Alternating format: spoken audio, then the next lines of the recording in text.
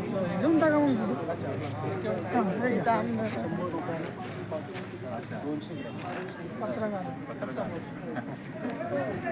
साहेब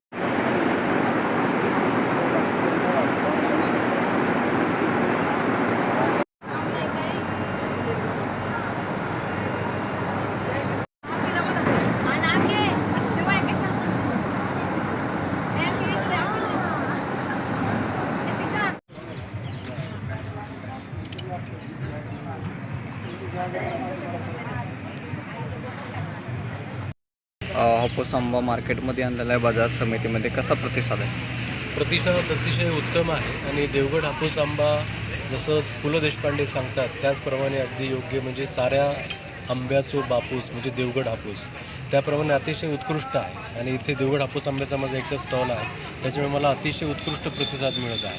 आपल्याकडे हा सगळा नैसर्गिकपणे पिकवलेला देवगड हापूस आंबा आहे.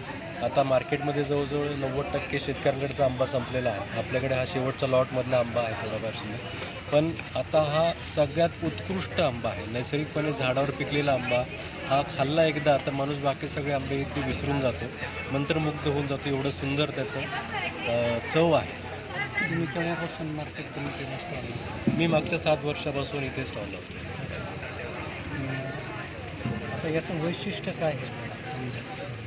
आंब्याचं वैशिष्ट्य असं आहे की देवगडचं जे भौगोलिक परिस्थिती जी आहे ती या आंब्यासाठी अतिशय उत्कृष्ट आहे. तिथं कातळावरती म्हणजे जांभा दगडामध्ये प्लास्टिंग करून हे आंब्याची झाडं लावले जातात आणि त्याच्यामुळे तिथले ज्या माती किंवा पाणी आणि तिथल्या एकंदरीत वातावरणामुळे या आंब्यामध्ये अतिशय गोडवा माधुर्य ज्याला म्हणतो ते एकदम छान येतं.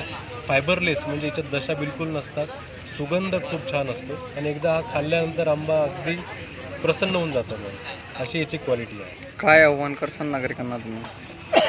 आजच हे आंबा महोत्सव सुरू झालेला आहे. पुढचे 5 दिवस हा आंबा महोत्सव आहे. तर ज्यांनाही अस्सल देवगड हापूस आंबा खायचा आहे त्यांनी 100% या आंबा महोत्सवाला भेट द्या, माझ्या स्टॉलला भेट द्या. काय नाव आपलं? माझं नाव मिलिंद प्रकाशराव कुलकर्णी. Stall number